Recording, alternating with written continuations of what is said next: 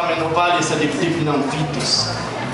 Titingala ang erythrocyte sa annulus ovalis na naglawag bintig ng septum primum ng embryo na kapuanan mula sa septum secundum. Ang pulang araw sa simula ng universo ng laman ay bibintig ng liwanag sa angking sandali. At sa kalawakan ng glubang universo ng mga tala ay may binhi ng salaysay ang ating kaluluwa!